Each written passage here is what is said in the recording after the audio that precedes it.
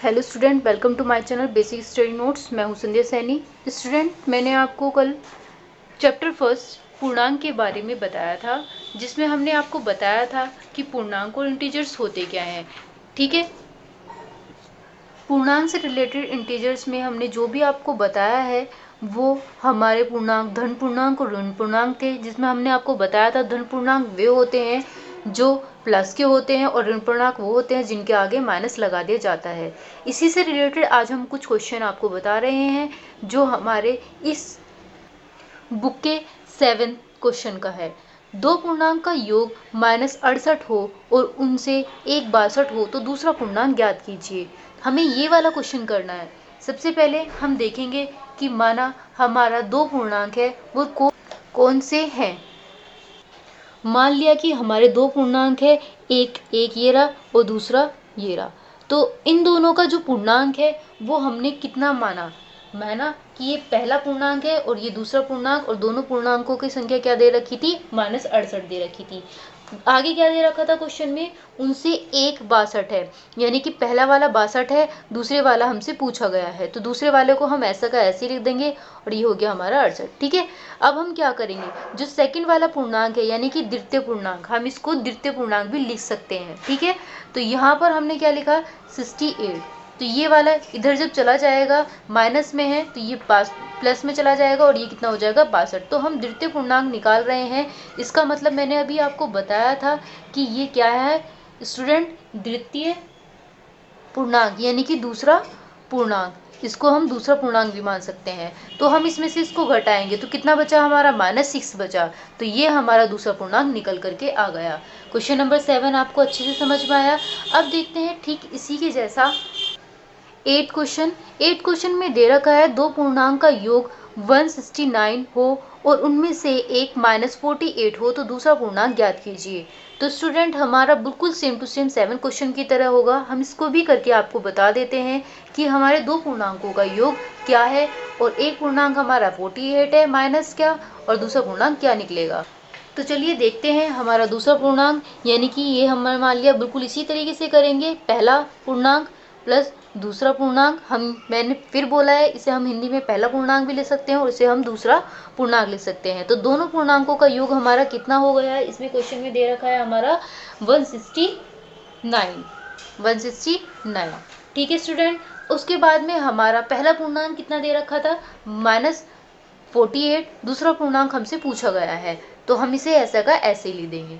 ठीक है, दूसरे पूर्णांक को हमें ज्ञात करना है तो हम इसे ऐसे लिखेंगे और जो माइनस का है उधर जाके क्या हो जाता है, प्लस का हो जाता है, यानी कि हम उसको जोड़ देंगे। तो स्टूडेंट हम इन दोनों को जोड़ेंगे, जोड़ने के बाद में दूसरा पूर्णांक हमारा निकल करके आ जाएगा और दूसरा पूर्णांक क्या होगा, 8 8 16 और 1 17, 6 और 5 6 और 4 10 10 और 1 11 और ये कितना हो गया 217, 1 और 1 2। ठीक है, तो ये दूसरा यानी कि ये सेकंड है, ये फर्स्ट है और ये सेकंड है, तो दूसरा पूर्णांक हम इसे दूसरा पूर्णांक लिख देंगे। ठीक है स्टूडेंट,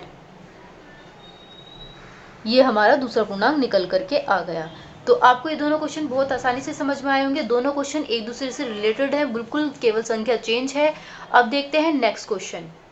हमारा जो नेक्स्ट क्वेश्चन है वो है हमारा 102 व -32 के योग में से 64 व -78 का योग घटाइए। क्वेश्चन हमारा ये दे रखा है, उसने कहा है कि जो 102 है और एक 32 है -32 है, इन दोनों का योग और इन दोनों का योग करके हमें घटाना है। देखिए कैसे होता है क्वेश्चन। तो स्टूडेंट क्वेश्चन में हमारा दे रखा था, क्या दे रखा था हमारा 102, तो हम यहाँ पे लिखेंगे 102 का योग -32 है, -32 है। ठीक है स्टूडेंट, ये लिख दिया हमने। अब आगे क्या दे रखा है, उसने बोल रखा है कि 64 व -78 को प्लस करके, -78 को प्लस करके बताइए कि दोनों का योग करके घटाइए कि ये कितना होगा। ठीक है, क्वेश्चन फिर देख लेते हैं। हमारा जो क्या दे रखा है, 102 में से 32 को जोड़कर 64 में से 78 को जोड़कर घटाइए तो हमने घटा दिया, बीच में माइनस का निशान लगा दिया। ठीक है, तो हम स्टूडेंट अब इसे करते हैं। यहाँ पे दे रखा है 102 प्लस माइनस, माइनस होता है 32 का 32 हो गया, फिर उसके बाद माइनस का चिन्ह लगा दिया। फिर यहाँ पर दे रखा 64 प्लस माइनस माइनस, और यहाँ पर कितना हो गया 78 हो गया। अब 102 में से 32 गए, कितने बचे, 2 में से 2 गए, कितना बचा 0, 10 में से 3 गए, कितना बचा 7। ठीक है स्टूडेंट, फिर इसके बाद में क्या दे रखा है, यहाँ पे 64 दे रखा है और यहाँ पे -78 दे रखा है। तो यानी कि 78 वाली संख्या ज़्यादा है तो वो माइनस में आएगी। 78 में से 64 गए, कितने बचे हमारे माइनस के 14। ठीक है स्टूडेंट, अब हम इसको घटाएंगे, घटाने के बाद में देखेंगे हमारा कितना है, माइनस माइनस क्या होता है हमारा प्लस होता है। तो यहाँ पर 70 प्लस 14, इन दोनों को जोड़ दिया, जोड़ने के बाद में हमारा कितना आया 84 आंसर आया। ठीक है, 4 0 4 7 और 1 8, ये हमारा क्वेश्चन हुआ। अब देखते हैं हम नेक्स्ट क्वेश्चन 10th हमारे जो बुक का दे रखा है। स्टूडेंट ये हमारी बुक का क्वेश्चन है, 102 में से 48 व -58 को योग घटाइए। तो जो 102 है इन दोनों का योग करके इसमें से 102 में से घटाना है। तो देखिए ये वाला क्वेश्चन कैसे करते हैं। स्टूडेंट -10 आपका ये क्वेश्चन है और मैंने आपको बताया था कि 102 में से -48 को जोड़कर -58 को 102 में से घटाना है। ठीक है, तो 102 में से आपको क्या करना है, 48 और -58 इन दोनों को पहले हम जोड़ देंगे। तो -48 प्लस माइनस माइनस यहाँ पर हमने लिख दिया। अब 102 जो दे रखा है, 48 और 58 माइनस माइनस प्लस होते हैं तो हम इसको जोड़ देंगे। चलिए जोड़ते हैं, हमारा कितना आ रहा है ये निकल करके 8 8 16, 5 4 9 और 1 10, ये कितना आ रहा है 106 आ रहा है। ठीक है, किस में आएगा, माइनस में आएगा। ठीक है, अब हम क्या करेंगे, अब ये बाहर निकालेंगे। 102 माइनस माइनस प्लस होता है 106। अब इन दोनों को जोड़ देंगे, 6 और 2 कितना होता है हमारा 8 होता है। ठीक है, 0 की 0 और 1 करे 2।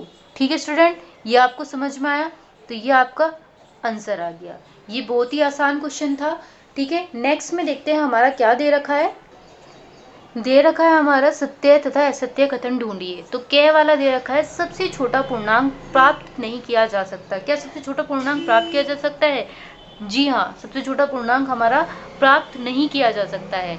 ठीक है, तो हमारा ये क्या हो जाएगा, सत्य हो जाएगा। क्या हो जाएगा, ये हमारा सत्य है। ठीक है स्टूडेंट, सत्य है। दूसरे में क्या दे रखा है, ख, प्राकृतिक संख्याओं में पूर्णांक होते हैं। कैसे पता चला प्राकृतिक संख्याओं में पूर्णांक होते हैं या नहीं होते हैं। हमारी प्राकृतिक संख्या क्या होती है, 1 2 3 4 5 6 7 8 9, हमारी प्राकृतिक संख्या ये होती हैं। तो इन सब में क्या माइनस लगा हुआ दिखाई दे रहा है किसी में, नहीं ना। तो ऋण पूर्णांक वो होते हैं जिनमें माइनस लगा होता है, और जबकि हमसे पूछा गया है प्राकृतिक संख्याओं में ऋण पूर्णांक होते हैं तो नहीं होते हैं। तो ये क्या हो जाएगा, असत्य, क्योंकि इन सब में हमारा माइनस नहीं है। और ऋण पूर्णांक का मतलब क्या होता है, हमारा माइनस होता है। ठीक है स्टूडेंट, गै वाला पॉइंट में दे रखा है, दो ऋण पूर्णांकों का योग एक ऋण पूर्णांक होता है। दो ऋण पूर्णांकों का योग एक ऋण पूर्णांक होता है। कैसे पता चला कि दो ऋण पूर्णांकों का एक ऋण पूर्णांक होगा। तो एक ऋण पूर्णांक किस कंडीशन में होगा, मान ले कि हमारी संख्या है 2 और एक ऋण पूर्णांक है। एक तो हो गया हमारा धन पूर्णांक और दूसरा हमारा, मान लिया कि एक हमारा योग है एक हमारा योग है, तो क्या हमारा ऋण पूर्णांक होगा, नहीं। 3 में से 2 गया, कितना बचा 1, माइनस का 1, तो हमारा ये ऋण पूर्णांक हो रहा है। तो दो ऋण पूर्णांकों का योग एक ऋण पूर्णांक हो सकता है, तो हमारा एक ऋण पूर्णांक नहीं हो सकता। तो ये क्या हो जाएगा, हमारा असत्य है। ठीक है स्टूडेंट, अब क्या दे रखा है, एक धन पूर्णांक और दूसरे ऋण पूर्णांक का योग धनात्मक होता है। सॉरी स्टूडेंट, इसमें हमारा दे रखा है दो ऋण पूर्णांक, तो हम दोनों को ही ऋण पूर्णांक मानेंगे। ये भी माइनस होना चाहिए, ये भी माइनस होना चाहिए। ठीक है, -2 और -2, 3 और 2 कितने हो गए, 5 हो गए, लेकिन रहेगा क्या, माइनस में। माइनस माइनस प्लस होता है, तो ये दो ऋण पूर्णांकों का योग एक ऋण पूर्णांक होता है। तो हाँ जी, ये सत्य है कि हमारा एक ऋण पूर्णांक हो सकता है। ठीक है स्टूडेंट, हम इसे सत्य करेंगे। अब यहाँ पर क्या दे रखा है, एक धन पूर्णांक व दूसरा ऋण पूर्णांक का योग सदैव धनात्मक हो सकता है। कैसे, एक धन पूर्णांक संख्या मान लिया कि हमने 2 लिया और दूसरी ऋण पूर्णांक संख्या मान लिया कि हमने 4 लिया। ठीक है, तो अब हमने देखा सदैव धनात्मक हो सकता है। कैसे हो सकता है भाई, 4 में से 2 जाएंगे तो कितने बचे, -2, क्योंकि माइनस वाली संख्या ज़्यादा है। ठीक है, तो यहाँ पर -2 बचा है और वो कह रहा है कि धनात्मक होगा। सदैव धनात्मक नहीं होता है, कभी कभी धनात्मक होता है। ठीक है स्टूडेंट, तो हम यहाँ पर क्या लिखेंगे, हमारा असत्य है।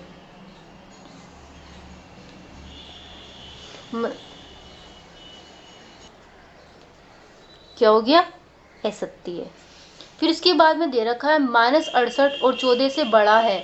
14 से बड़ा है, क्या 14 बड़ा होता है -68 से? भाई माइनस की संख्या है हमारे पास, एक के पास तो घट रहा है पैसे कि हमारे पास 68 रुपये चले गए, और एक के पास है कि मेरे पास 14 रुपये अभी तो हैं, उसके पास तो 68 रुपये जा चुके हैं, उसके पास तो कुछ है ही नहीं। यानी कि तुम्हारे पास कम से कम 14 रुपये तो बचे हैं।